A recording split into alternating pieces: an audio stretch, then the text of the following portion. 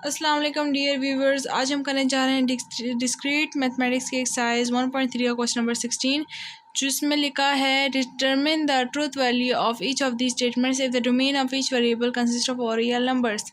हमें truth value बतानी है, जैसे कि हम पिछले क्वेश्चंस में कर चुके हैं, और रियल नंबर्स हमें डोमेन में गिवन है, इंटीजर्स नहीं है। अब हमें रियल नंबर्स है, इन्हीं आयोटा और कम्प्लेक्स नंबर को निकाल के बाकी सारे के सारे नंबर्स हमारे पास जो हमारे पास यूनिवर्स में एग्जिस्ट करते हैं। ओके, इसमें अंडर रूट भी आता है, फ्रैक्शन, डेसिमल, इरेशनल, रैशनल, सारे कुछ सब कुछ आता है।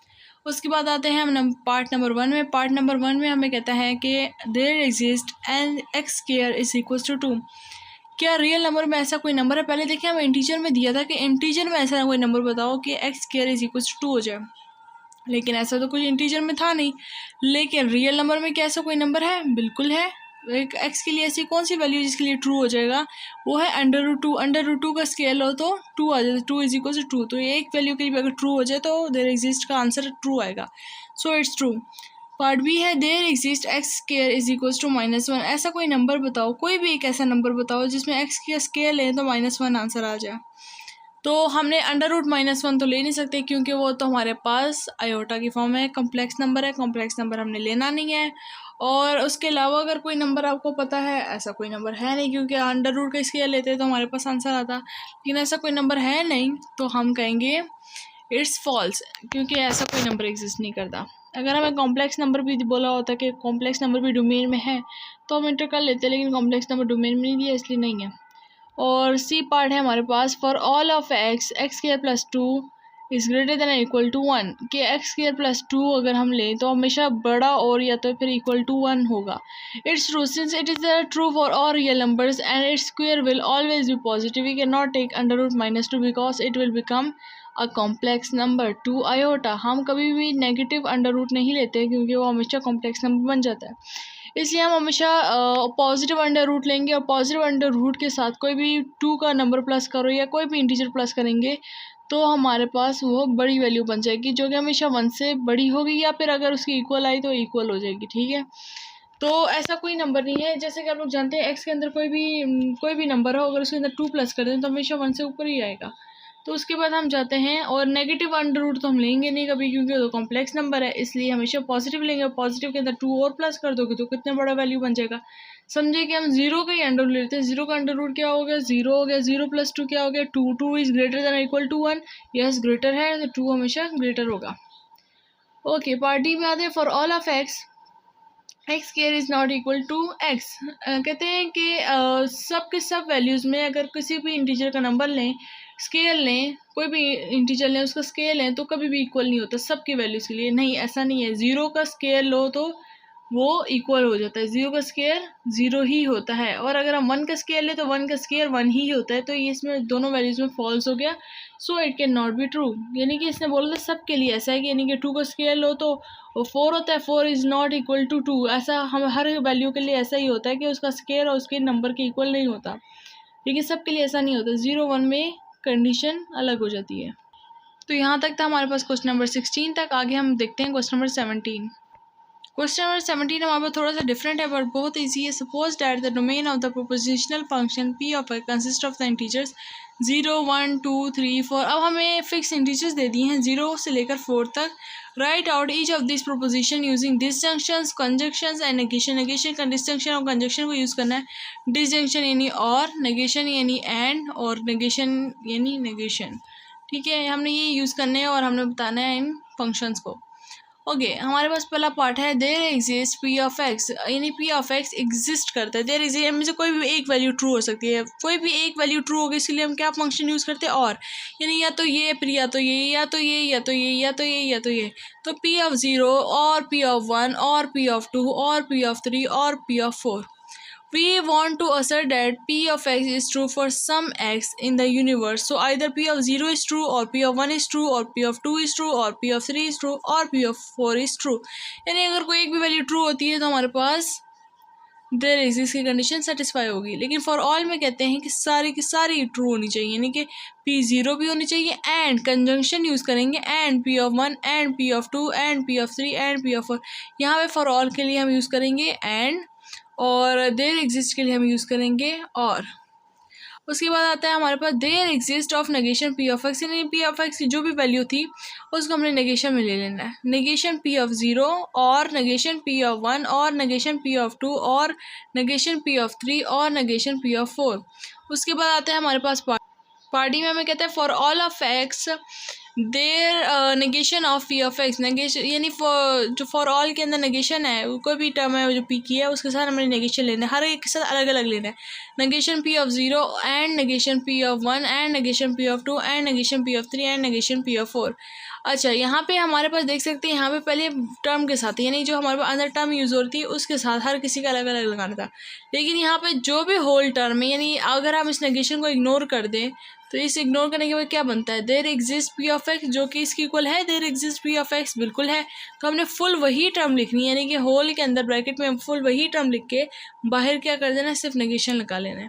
तो हमारे पास डी मॉर्गन लॉ अप्लाई हो जाएगा। डी मॉर्गन लॉ में क्या करेगा, पी ऑफ ज़ीरो कर देगा और क्या हो जाएगा एंड, फिर आ जाएगा नेगेशन पी ऑफ वन हो जाएगा और अंदर क्या आ जाएगा और साथ में क्या आ जाएगा फिर से and, negation P of two हो जाएगा और साथ में क्या आ जाएगा and, negation P of three हो जाएगा और साथ में क्या आ जाएगा and, negation P of four हो जाएगा और बस।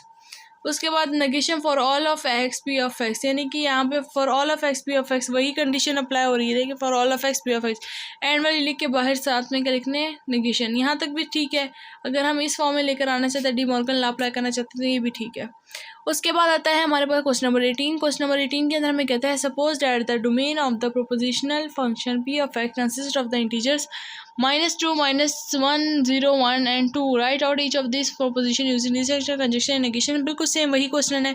देयर एग्जिस्ट के अंदर हम क्या यूज़ करते हैं, और के अंदर वो सारे नंबर्स इंटर कर देना है। फिर फॉर ऑल के लिए हम क्या यूज़ करते हैं, एंड, हमने बस एंड करना है और पी ऑफ ज़ीरो के अंदर फंक्शन के अंदर वैल्यू पुट कर देंगे, असाइन कर देंगे उसे P of -2, P of -1, P of zero, P of one, P of.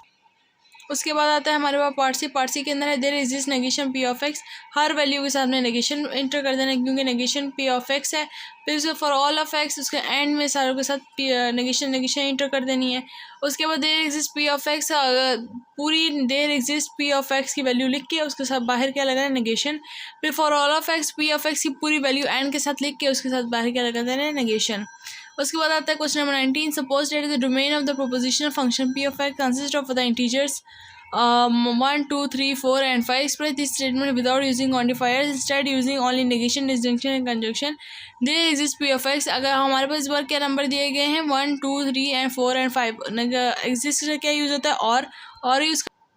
उसके बाद पार्ट बी क्या है, for all of x p of x, यानी और के साथ के फॉर ऑल के साथ क्या यूज होता है एंड के साथ वही वैल्यू 1, 2, 3, 4, 5 जैसे हम पिछले क्वेश्चन में किया बिल्कुल वैसे ही।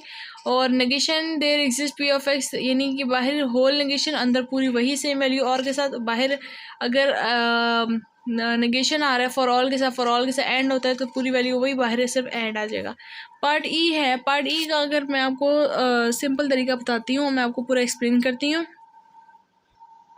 आप यहाँ पे देख सकते हैं कि हमारे पास for all of x x is not equal to 3 implies P of x और there exist negation P of x. ठीक है, हम इसको दो पार्ट्स में करते हैं, पहले ये वाला पार्ट होगा फिर होगा और फिर ये वाला पार्ट होगा। ठीक है, पार्ट 1 है और पार्ट 2 है, इसको ऐसे लिखना है, ब्रैकेट्स में लिखना है। ठीक है, हमें पहले कंडीशन दी है, एम्प्लॉयज़ का मतलब यहाँ कंडीशनल स्टेटमेंट नहीं है, यहाँ पे सिंपल एम्प्लॉयज़ का मतलब ये है कि हमने 3 की वैल्यू क्या पुट करनी है। जैसे कि क्वेश्चन नंबर 19 में गिवन था, इंटीजर्स हमें कौन कौन से गिवन थे 1, 2, 3, 4, 5 इंटीजर्स हमें गिवन थे, x is equal to 1, 2, 3, 4 and 5। ठीक है, हमें कंडीशन ये दी कि x जो है 3 की इक्वल नहीं होना चाहिए, बाकी कोई भी हो सकता है, इस x के अंदर हमने 3 बस पुट नहीं करना। तो हम क्या ऐसे लिख सकते हैं, फॉर ऑल ऑफ x, ये होल ब्रैकेट लेंगे, पहले हम ऐसा करते हैं, पहले होल ब्रैकेट लेते हैं। ठीक है, यहाँ तक। उसके बाद क्या मैं ऐसे लिख सकती हूँ कि जो p है p ऑफ 1 ले सकती हूँ, आगे मैं क्या इंटर करूँगी एंड, क्योंकि फॉर ऑल है एंड। क्या मैं p ऑफ 2 ले सकती हूँ, क्या मैं p ऑफ 3 ले सकती हूँ, नहीं, उन्होंने बोला था कंडीशन ये है कि आपने 3 नहीं लेना, तो मैं p ऑफ 3 नहीं लूँगी। क्या मैं p ऑफ 4 ले सकती हूँ, कंडीशन में ऐसा कुछ नहीं लिखा तो मैं p ऑफ 4 ले सकती हूँ। एंड p ऑफ 5 ले सकती हूँ, बिल्कुल ले सकती हूँ। उसके बाद हमारे पास मेन कंडीशन क्या यूज़ हो रही है यहाँ पे, और यहाँ पे फिर से एक और ब्रैकेट लगेगी। और क्या अब मुझे बताएं यहाँ पे क्या मैं फिर से जो है ये there exist negation P of x, वही सेम चीज़ होगी। वहाँ पे दोबारा से लिखूँगी नेगेशन पी ऑफ वन, और क्योंकि देयर एग्जिस्ट है तो और नेगेशन पी ऑफ टू, और नेगेशन पी ऑफ थ्री, और नेगेशन पी ऑफ फोर, और नेगेशन पी ऑफ फाइव। तो क्या ये सही है? यहाँ पे तो मैंने 3 ली है, तो क्या सही है? बिल्कुल सही है, क्योंकि यहाँ ब्रैकेट के अंदर आप देख सकते हैं सिर्फ इस कंडीशन के लिए अप्लाई हुआ था कि सिर्फ x के अंदर हमने 3 नहीं लेना, बल्कि इसके लिए नहीं हुआ था कि इसके अंदर नहीं लेना। बस ये आपने पूरा आंसर ये है कि आपने ऐसा ही लिखना है, ठीक है। ये बस आपका आंसर है। ये आप देख सकते हैं, ये इसका आंसर है p of one and p of two and p of four and p of five. बस 3 नहीं लिखा, आगे होल का ओ और लगेगा, फिर negation P of one, negation P of two, और नेगेशन पी ऑफ थ्री, और नेगेशन पी ऑफ फोर, और negation P of five. We know that this statement is always true since if the first part is not true then the second part must be true। हम देख सकते हैं कि यहाँ पे whole के बीच में यहाँ पे क्या यूज़ हुआ है, और तो ये नहीं कि पहला ट्रू नहीं हुआ तो दूसरा ट्रू हो जाएगा, तो इसलिए ये स्टेटमेंट हमेशा ट्रू। अब हम क्वेश्चन नंबर 20 देखते हैं। क्वेश्चन नंबर 20 के अंदर है suppose the domain of the function P of A consist of -5, -3, -1, 1, 3 and 5। Express these statements without using quantifier instead using negation, disjunction and conjunction. तो हमने बिल्कुल वही क्वेश्चन नंबर 20 भी सेम वैसा ही है कि हमने there exist P of x करना है, तो p of x there exist और यूज़ होता है तो वही इंटीजर्स हमने पुट कर देना है। फॉर ऑल के साथ हमारे पास एंड यूज़ होता है, एंड के साथ में वही इंटीजर्स दोबारा पुट कर देना है। For all of x s is not equal to then x one and p of x. तो हमने बस वन को पुट नहीं करना, बाकी सारे पुट करने हैं। फॉर ऑल से क्या आता है and p of -5, P of -1 and p of -1, one he put करना, बाकी क्या करेंगे P of 3 and p of 5। Okay, ये ऐसी क्वेश्चन लिखा हुआ था। उसके बाद आता है हमारे पास part E, there exist x negation P of x and for all of x x is less than 0 implies P of x. अब देख सकते हैं फिर से हमारे पास ये क्वेश्चन थोड़ा सा ट्रिकी आ गया है। ट्रिकी इसलिए आ सके कि हमारे पास दो कंडीशन दी है, फॉर ऑल भी है, देयर एग्जिस्ट भी दी है। बिल्कुल वैसे हमने जैसे क्वेश्चन नंबर 19 में किया बिल्कुल वैसे ही सॉल्व करना है। तो there exist negation P of x, यानी कि पूरी हमने लेनी है ब्रैकेट। ब्रैकेट लेने के बाद देयर एग्जिस्ट में और यूज़ होता है, और यूज़ करेंगे नेगेशन पी ऑफ -5 और नेगेशन पी ऑफ -3 और नेगेशन पी ऑफ -1 और नेगेशन पी ऑफ 1 और नेगेशन पी ऑफ 3 और नेगेशन पी ऑफ 5। तो क्या यहाँ तक हमारे पास सही हो गया? एक पार्ट हो गया हमारे पास, एक हिस्सा, यानी कि ये वाला हिस्सा हो गया। अब बीच में क्या है एंड अब सेकंड हिस्सा करते हैं हम लोग।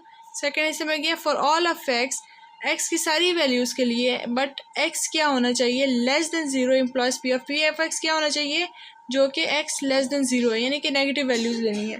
तो हम यहाँ पे लिखेंगे P of -5 and p of -3 and p of -1। क्या ये सारी माइनस से नीचे वाली वैल्यूज़ हैं?